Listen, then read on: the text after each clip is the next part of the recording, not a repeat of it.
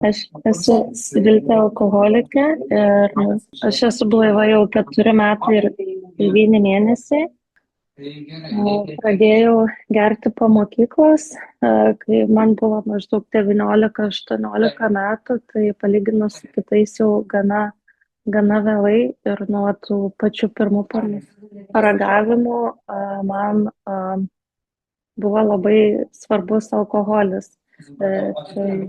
Pradėjau slėpti nuo kitų tai, ką geriu ir kaupti alkoholį namie, nes tada gyvenau atskirai nuo tėvų ir labai greitai pajaučiau, kad man padaro tokį stebuklingą poveikį alkoholis. Pavyzdžiui, aš turėjau žmonių baimę, tai labai išlaisvėdavau ir pašalindavo mano baimės, apie gyvenimą, apie žmonės, galėjau gyventi ramiai. Tai va, tai užkabino mane labai ir realiai nuo pirmų paragavimų buvau, dabar va žiūrint atgal, kad alkoholiškai geriau, bet tada dar to nesupratau.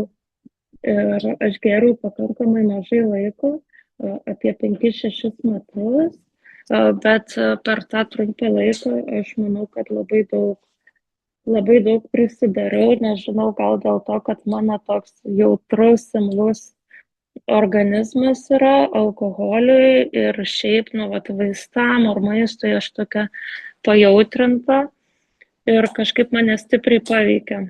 Taip, tai, bet pamenu dar, kai pradėjau vartot, tai buvo tokia, kaip gal sakyčiau, pažadą sau davau, kad ir kas nutiktų mano gyvenime, aš vis tiek gersiu toliau, nes čia yra tas mano atsakymas, vat, į kurį aš į gyvenimą, kad aš kitų atsakymų nelabai turiu, pavyzdžiui, ten man bandžiau jo kažkaip, kažkaip padarė, man buvo toks jausmas, kad alkoholis mane grąžino į gyvenimą, nes aš kažkaip tokia buvau, tokia pilna kažkokiu kompleksu. Tai va, tai taip labai užkabino ir tada man gana greitai pasijautė pasiekmes, pavyzdžiui, kad aš tada mokinausi ne savo srity, ta prasme, bet vis tiek aš ten praleidinėdavau paskaitas, nes norėjau gerti ir pasijautė, kad atkrito mokslai. Tada bandžiau kažkaip ieškoti atsakymo kitoj šaly, tai išvažiavau gyventi į Didžiąją Britaniją ir galvojau, kad tai padės užpildyti kažkokią manyje esančią tuštumą ir kažkaip padės tuštumą užpildyti. Ir ten jau pradėjau mokintis savo srityje, bet susiradau vieną draugę, kuri daug vartoja ir daug geria ir kažkaip buvo mano toks, kaip pradėjau tada dar daugiau gerti ir kažkaip atrodė, kad kadangi esu toli nuo namų, toli nuo šeimos, manęs ten nemato, tai galiu sau leisti daugiau ir ten gyvenau apie 3 metus ir labai ten vos ne iki benamystės nusigyvenau, man labai pažeidžiau savo moralinės normas ir kažkaip į tokią pavojingą veiklą įsitraukiau nelegalią ir būdama tenai. Taip žiūrint atgal, tai man atrodo, kad man galėjo labai blogai baigtis ir su, ta prasme, ir kalėjimais, mirtimi arba išprotėjimu, bet tada man tai atrodė kaip linksmas nuotykis, kurį aš darau, nes aš nebijau gyventi ir aš to netgi didžiavausi, kad čia aš tokia įdomi, žodžiu, ten pavojingus dalykus darau, su pavojingais žmonėm, leidžiu laiką, turiu vat paslaptį, vat man tas patiko toks vat paslaptingas gyvenimas. Mokslai sekės labai sunkiai, nes aš neidavau į paskaitas, o jeigu eidavau, būdavau šiek tiek išgėrus arba pagiringa, tai buvo, nežinau, mane iš tikrųjų, nu labai buvau, kaip čia, turbūt žemai labai. Ir praėjus 3 metam grįžau į Lietuvą atostogom ir tada su šeima išvažiavom į kelionę ir man mama tada sakė taip, kad kažkas tau negerai yra,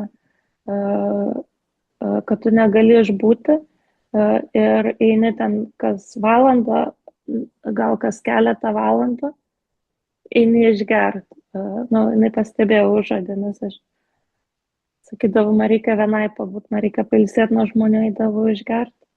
Tada sako, tau kažką reikia daryti. Ir buvo pirmas bandymas veikti. Atsiguliau Anglijoje į tokią kaip reabilitaciją, ten panašiai kaip turime Minnesotą. Tais pačiais principais padaryta, mėnesį laiko. Ir aš niekada ten nesupratau, ką jie šnekėjo, įsimylėjau, galvojau, kad atvažiavau, kaip vaikai važiuoju į stovyklą, galvoju, atvažiavau į stovyklą. Atvažiavau, žodžiu, ieškoti santykių, susiradau savo, man taip atrodė, radau gyvenimo meilės, alkoholiką ir narkomaną. Ir, nu taip, aš net, nesupratau, kur aš esu, ten šnekėjo, ten specialistai kažką apie alkoholizmą, apie susirinkimus, apie didžiąją knygą, aš ten man kaip pasaka atrodė, galvoju, ką jie čia nusišneka, tegu aš atsikabina visi nuo manęs. Tai taip nebuvau prisipažinus gal savo, kad aš turiu problemą, kad man reikia pagalbos. Ir išvažiavau, atbuvau aš ten visą laiką, išvažiavau pirmą dieną, grįžusi, prisigėriau ir, nieko nuostabaus. Ir tada prasidėjo mano dugnas, tas tamsus laikotarpis, nes nors ir, kaip čia priešinaus tam, bet labai kažkaip sugadino man vartojimą ir pastebėjau, kad kažkas šiek tiek negerai ir labai turėjau į Lietuvą grįžti, tada iš karto mama buvo bilietus nupirkus. Tai praleidau lėktuvą, nupirko dar vieną, antrą praleidau ir tada atskrido sesė manęs paimti. Padėjo susikrauti daiktus. Kai sesė buvo, aš prie jos gėriau ir krovėmės kartu daiktus. Ir tada antrą kartą savo tą tuštumą bandžiau užpildyti šalies keitimu, nes grįžau į Lietuvą. Persikraušiau pas šeimą gyventi ir galvojau, kad, pas mamą, galvojau, kad kai gyvensiu pas mamą, kadangi mane matys mano šeima kasdieną, aš negersiu.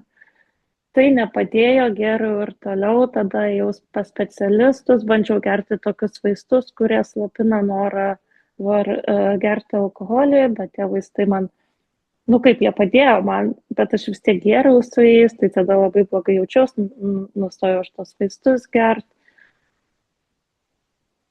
Bandžiau žudytis. Ir aš kažkaip man kaip sapnas šitas prisimena ir šiandien kaip tik sėdėjau grupėje, žmonės kalba apie savižudybę ir man atrodė kaip pokštas kažkoks, kaip kokia smagi istorija, kad vakar aš bandžiau žudytis, nepavyko, aš taip pamenu, buvau pas psichologą, kaip tu gyveni, gerai, bandžiau žudytis, o taip žiūrint atgal kažkaip, čia yra tragedija, žodžiu, galėjo blogai baigtis, bet man nepavyko. Bet tragedija yra dėl to, kad aš išblaivėjau, kaip man tai pavyko padaryti, tai pirmiausia, man atėjo tokia mintis, kad mano mama prarado mano tėtį, kai aš buvau jaunas, tai savo vyrą. savo gyvenimo meilę ir jinai nenusipelnė prarast savo dukros. Ir aš iš tikrųjų bandžiau žudytis jos namuose, prisigėriau raminamų vaistų tiek, kiek turėjau, migdomųjų, man atrodo, tiksliai nepamenu kokių, ir užgėriau alkoholio. Ir pagalvojus atgal, kaip būtų jausmas mamai rasti savo namie negyvą dukrą, tai nėra pokštas ir tai nėra kažkokia linksma istorija, tai yra tragedija. Ir jo, tai va, bet aš va taip galvojau, kai gėriau. Va, man viskas buvo, nu taip, viskas buvo pokštas. Ten praleis kalėjime pusę gyvenimo, tai čia nieko tokio, ten į tą nusikalstamą veiklą įlyst ar savo šeimai gyvenimą sugriauti irgi nieko tokio. Tai tik žiūrint atgal kažkaip, tai ir atsiranda tas toks supratimas, kaip viskas iš tikrųjų buvo rimta. Ir yra rimta. Ir man tada visiškai nebuvo gyvenimo prasmės. Mano vienintelis tikslas gyvenime buvo iš kažko pavogti pakankamai pinigų, arba kažką parduoti, kad galėčiau nusipirkti gerti. Viskas, man daugiau niekas nerūpi. Aš vogdavau ir iš savo jaunesnės sesės, ir iš mamos, ir tiesiog ir iš parduotuvių. Tiesiog visiškai moralės nebuvo. Ir jo. Ir man tada, nors atrodo, kad kiek man tada buvo, gal 20 keli, 3, 4, gal 22 tiksliai nepasakysiu, ir kažkaip darbo neturiu, mokslų nepabaigiau, gyvenu pas mamą, santaupų neturiu, draugų neturiu, o man atrodė, kad aš tokį bohemišką ir turtingą gyvenimą gyvenu, nes aš geriu kasdieną. Jo, bet kažkaip tos tuštumos labai daug buvo viduj. Ir po maždaug po 2 ar 3 metų va tokio gyvenimo, kai kasdieną gerdavau, ir jo, man atėjo toks suvokimas, kad aš toj mirsiu. Ir kaip sakiau, tas gal pareigos jausmas, kad mano mama yra, nenusipelnė savo dukros palaidot. Ir šalia šito suvokimo atėjo antras supratimas, kad aš neturiu jėgų kaip savo padėti.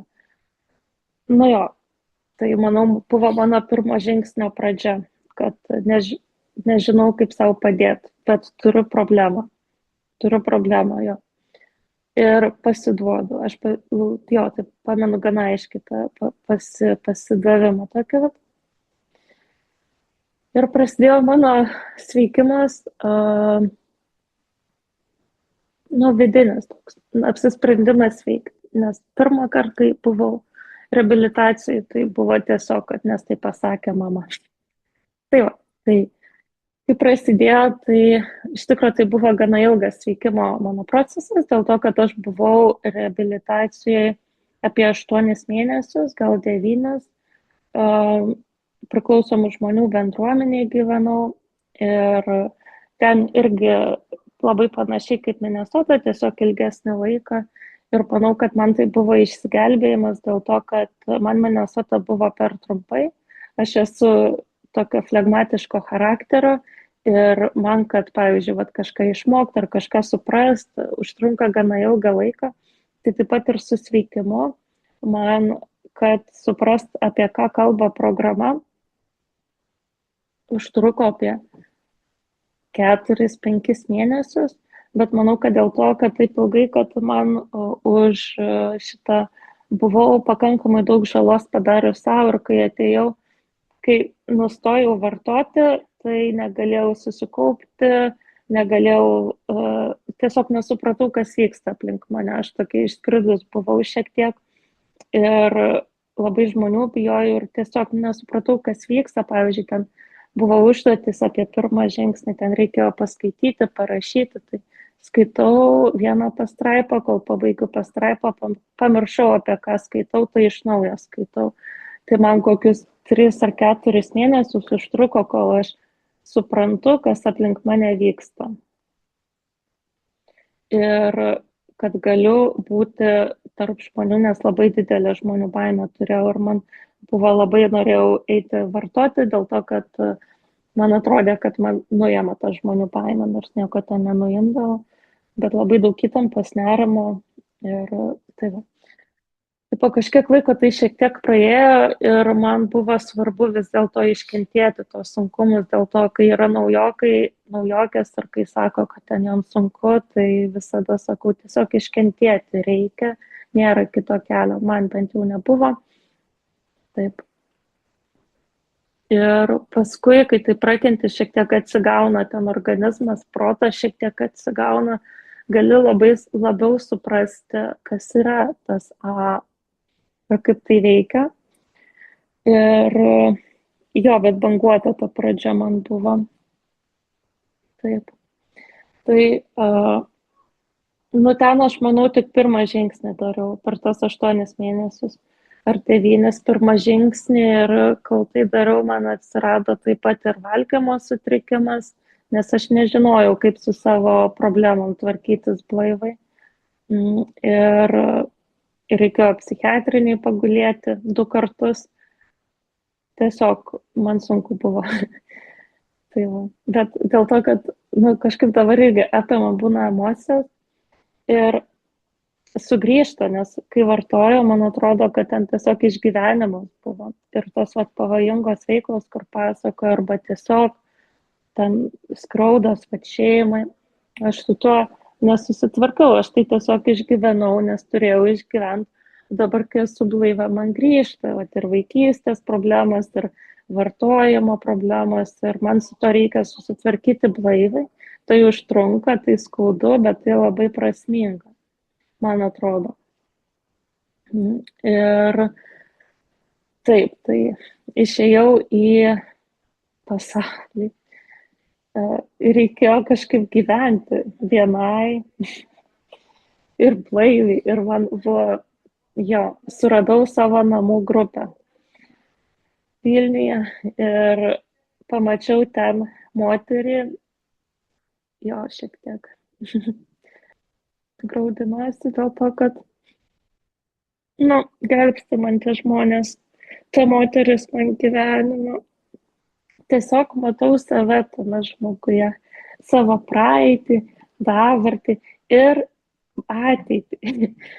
Ir tiesiog ten čia gal šiek tiek iš kitos temos, bet mano visi draugai aš labai tikiu tuo, kad ta bendruomenė tokia, to vieningumo, aš tikrai tikiu, man tai padeda ir mano globėja man kažkaip tas ryšys su ją mane išlaiko, kai man būna viskas labai sunku, aš žinau, kad yra globėja, kurios aš nenoriu nuvilti ir į kurią galiu atsiremti.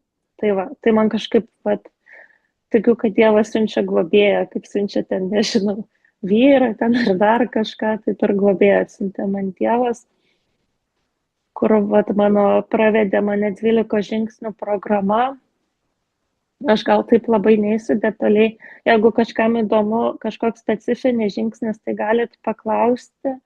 Gal labiau tai bendrai pasakysiu, kad man tas pritapimas labai svarbu yra prie savo namų grupės, nes visokių grupių yra, ir online, ir gyvai, tai surasti savo ir jo šiek tiek skiriasi, tai kuri jums ar man labiausiai tinka.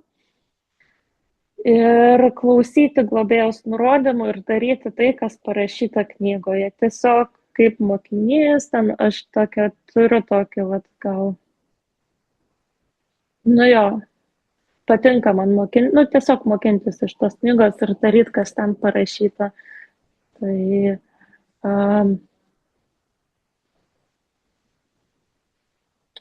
pirmiausia, tai savo ligą pripažinti Ir iš to ateina vat, antras ir trečias žingsniai, kad aukštesnė jėga, kreiptis į aukštesnę jėgą, kad man padėtų.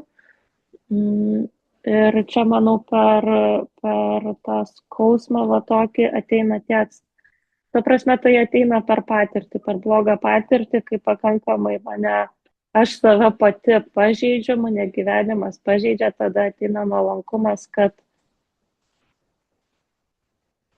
reikia man ieškoti pagalbos kažkur kitur, nesavy. Taip, ketvirtas, penktas žingsniai, tai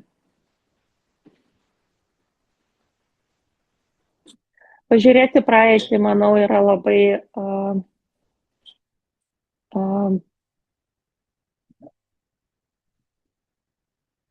reikalingas dalykas, žodžiu, tvarkyti savo praeitį, kad būtų atsakingų žmogum, kad tai mane nesivytų, jo. Su 6-7 žingsniu turiu šiek tiek problemų, tiesą pasakius dabar, nes kad protu aš kaip ir suprantu, bet būna, kad nepasiryžta dar pilnai atiduoti savo problemas Dievui, savo sunkumus ir būdo trūkumus. Taip. Skraudų atitaisymas man buvo tas žingsnis, kuris man leidžia būti tarp žmonių, kaip sakau, man ta žmonių baimė seka ir aš kažkaip galvojau, kad man stebuklingas šitas žingsnis. Kai būna žmonėm, girdėjau 5, labai daugam stebuklingas, man buvo paprastas žingsnis ir man grąžina tą gyvenimą į širdį skraudų atitaisymas.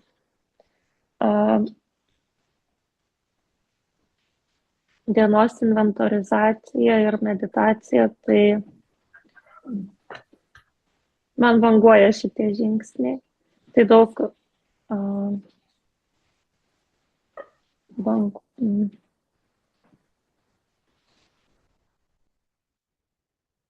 Jo, nežinau, tiesą pasakius, aš juos darau bangom.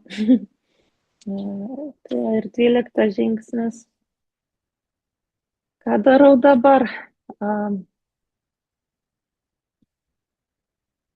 Tai bendrai paėmus kažkaip, iš tikrųjų, tai man taip sunku galbūt išskirstyti taip, kaip aš to žingsnius dariau, taip po vieną, kažkaip žiūrint atgal, tai jaučiasi, kad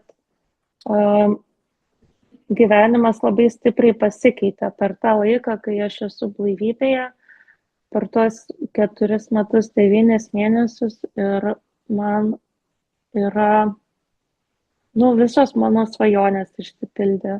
Aš norėjau 3 dalykų, tai kad turėti pakankamai pinigų, kad pragyventi, nes neturėjau už ką nusipirkti batono, kai buvau. Jo. Ir paskui, kad mokintis pagal specialybę, nes, kaip sakiau, 2 kartus nebaigiau mokslų, ir kad sukurti šeimą, tai aš turiu pakankamai, užtenka man pavalgyti ir mokinuos dabar tapybos ir turiu antrą pusę, jau 4 mėnuo. Tai va, bet vis tiek būna, kad aš būnu nelaiminga ir taip, gal tais išoriniais dalykais gerai pasitikrinti, bet man atrodo, kad didesnės dovanos yra tos, kurios nėra apčiuopamos. Pavyzdžiui, kad, kaip minėjau, kad turiu bendruomenę, turiu draugių ir ryšį su globėja, man ryšį yra sunku užmegzti su žmonėm ir turiu ryšį su savo šeima. Ir galiu būti, kiek išeina, dukra, sesė. Ir galiu būti prieinama savo šeimai. Tai čia gal tas toks, už ką irgi tiesą pasakius pamirštu padėkoti. Ir jo, aišku, ta prasme, yra dar ką nuveikti, nesakau, kad aš jau tobula esu. Man problemos būna dar, ypač su laiko planavimu. Jo, ir su tiesiog, manau, kažkokiais vat, kompleksai dar išlenda kartais, bet nu realiai, kad gerėja tas gyvenimas blaivybėje ir nu jo, progresas yra, kaip ten sako, kad geriau netobulumas, o progresas. Tai va, nežinau, taip dabar galvoju, kad dar norėčiau pasakyti. Tiesą pasakius, pamečiau laiko, kiek jau šneku, bet jo galėsit paklausti kažko. Nežinau, kad verta, žodžiu, verta. Būna sunku, bet verta blaivėti. Tai va, taip užbaigsiu gal. Tai va,